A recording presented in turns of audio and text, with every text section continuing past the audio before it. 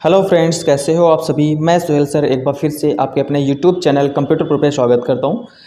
काफ़ी सारे स्टूडेंट्स की कमेंट्स थी कि सर ओ लेवल कोर्स क्या है, एक बार उसके बारे में आप वीडियो बनाएं। तो आज उसी टॉपिक पे हम लेकर आए हैं व्हाट इज़ ओ लेवल, क्या है ओ लेवल, कहाँ पे यूज किया जाता है, कितने पेपर होते हैं, क्या क्या चीज़ें आती हैं, वो सारी बेसिक इन्फॉर्मेशन आज इस वीडियो में हम देने वाले हैं। अगर आप मेरे चैनल पे पहली बार विजिट किए हैं तो चैनल को जरूर सब्सक्राइब करिए ताकि इस तरीके की नोटिफिकेशंस आपको प्रॉपर मिलती रहें। चलते हैं, आज का कंटेंट शुरू करते हैं, टाइम ना वेस्ट करते हुए।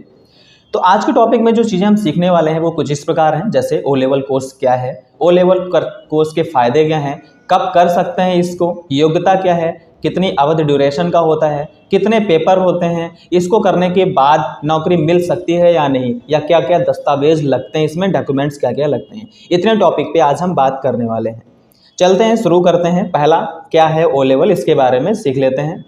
सो what is O level course, O level course क्या है, सबसे पहले ये जानते हैं। जैसा कि मैंने यहाँ पे पहले से टाइप करके रखा है ताकि आप लोग इसका स्क्रीनशॉट भी ले सकें और आप अपने फ्रेंड्स में या फिर फैमिली में दिखा सकें कि ये ओ लेवल कोर्स है, मैं इस पर्पज से करना चाहता हूँ, इसलिए मैंने पहले से टाइप करके रखा है। शुरुआत करते हैं। ओ लेवल कंप्यूटर कोर्स एक कोर्स डिप्लोमा कोर्स है जिसमें कंप्यूटर की बेसिक जानकारी और हर तरह के एप्लीकेशन के बारे में बताया जाता है। ओ लेवल कोर्स नीलिट यानी national institute of electronic and information technology के द्वारा संचालित होता है। मतलब जो ओ लेवल कोर्स आपका है वो कौन सा इंस्टीट्यूट कराएगा, NIELIT, national institute of electronic and information technology. O level का जो फुल फॉर्म होता है वो होता है ऑर्डिनरी लेवल, ऑर्डिनरी लेवल, ये इसका फुल फॉर्म होता है। देखो, काफ़ी सारे इंस्टीट्यूट होते हैं जो ओ लेवल की प्रिपरेशन कराते हैं, वो सर्टिफिकेट इशू नहीं कर सकते हैं।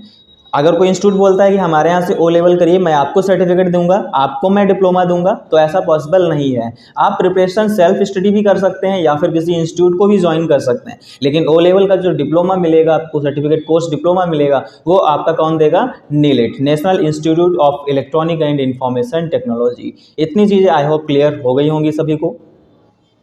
इसके बाद ये देख लेते हैं इसकी ड्यूरेशन क्या होती है। तो ये जो कोर्स होता है आपका वो 1 ईयर का होता है, 1 ईयर का होता है, जिसमें आपके टोटल 4 पेपर होते हैं जो कि 6-6 महीने के 2 सेमेस्टर में डिवाइड किए जाते हैं। मतलब एक बार में आप 2 पेपर अप्लाई कर सकते हैं, इस हिसाब से बोला जाता है कि इसमें 2 सेमेस्टर होते हैं। इसकी क्वालिफिकेशन क्या होती है, एलिजिबिलिटी क्राइटेरिया क्या है, तो वो होती है आपकी 12th पास या ITI या ग्रेजुएशन कंप्लीट। आप ग्रेजुएशन कंप्लीट कर चुके हैं या आपने ITI कंप्लीट कर रखा है या फिर आप 10+2 हैं, अगर 12th पास आउट हैं तो ओ लेवल कोर्स कर सकते हैं। अभी मैंने बताया संस्थान का नाम, मतलब इंस्टीट्यूट का नेम क्या है, national electronic and information technology, मतलब नीलिट आपका ये कोर्स कराता है। एग्जाम टाइप जो रहता है वो आपका CBT बेस्ड रहता है। CBT का मतलब होता है कंप्यूटर बेस्ड टेस्ट। आपका जो एग्जाम होगा वो ऑब्जेक्टिव टाइप का होगा जो कंप्यूटर पे होगा आपका। इसकी ऑफिशियल वेबसाइट जो है वो है studentnilit.gov.in। इस पे जाके आप अपना फॉर्म अप्लाई कर सकते हैं। इतनी चीज़ें आई होप समझ में आ गई होंगी। इसके बाद सीखना है हमें ओ लेवल कोर्स का एडमिशन कब होता है। तो ओ लेवल जो कोर्स होता है इसमें वर्ष में 2 बार आपको एडमिशन ओपन किए जाते हैं। आप साल में 2 बार एडमिशन इसके ले सकते हैं। किस तरीके से, जिसके आवेदन फॉर्म जनवरी और जुलाई में भरे जाते हैं। लिखा हुआ है यहाँ पे जनवरी एंड जुलाई में भरे जाते हैं। उम्मीदवार ओ लेवल कंप्यूटर कोर्स के लिए नीलिट की ऑफिशियल वेबसाइट जो मैंने अभी बताई student.nilit.gov.in पर जाकर अप्लाई कर सकते हैं। मतलब आप अगर ओ लेवल करना चाहते हैं तो इसके फॉर्म साल में 2 बार ही ओपन होंगे, पहला जनवरी, दूसरा जुलाई। आप 2 महीने में जाके फॉर्म अप्लाई कर सकते हैं। तो ये 2 पॉइंट्स हो गए हमारे। आगे की चीज़ें भी बहुत सारी बाकी वो भी देख लेते हैं 1 by 1। इसके बाद हमें देखना है ओ लेवल कोर्स के बाद जॉब प्रोफाइल क्या मिल सकती है। जी हाँ, बिल्कुल मिल सकती है। अगर आपने ओ लेवल कोर्स कंप्लीट कर लिया, क्योंकि ये एक अच्छा कोर्स होता है कंप्यूटर में। वैसे तो आपको CCC, DCA, ADCA, बेसिक, ये सारे कोर्स मिल जाएंगे, लेकिन ओ लेवल कोर्स एक बहुत ही बेस्ट कोर्स होता है जिसको आप भी कर सकते हैं।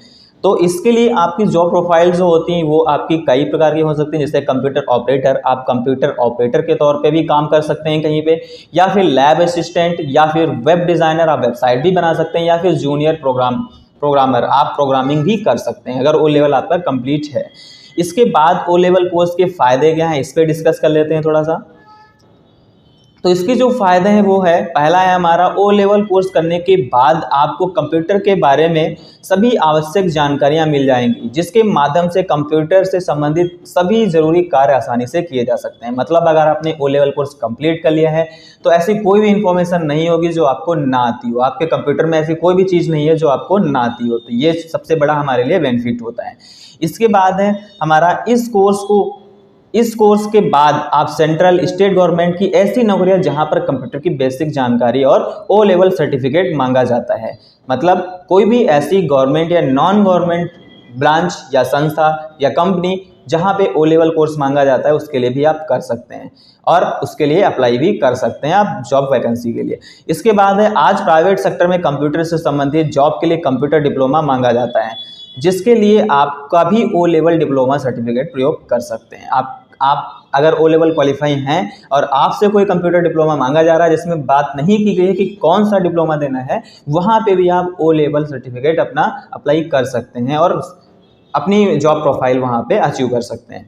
इसके बाद है ओ लेवल डिप्लोमा कोर्स करने के बाद आप नौकरी के अलावा अपना स्वयं का कंप्यूटर इंस्टीट्यूट भी ओपन कर सकते हैं। बहुत ही बड़ा इसमें बेनिफिट ये है, अगर आपने ओ लेवल कंप्लीट कर रखा है तो अपना खुद का कंप्यूटर के ट्रेनिंग इंस्टीट्यूट आप ज्वाइन कर सकते हैं और बच्चों को ट्रेनिंग दे सकते हैं। इसलिए क्योंकि आपके पास एक डिप्लोमा है और आपको एक अच्छी नॉलेज है, उसके बेस पर आप कोई भी कोचिंग इंस्टीट्यूट ओपन कर सकते हैं।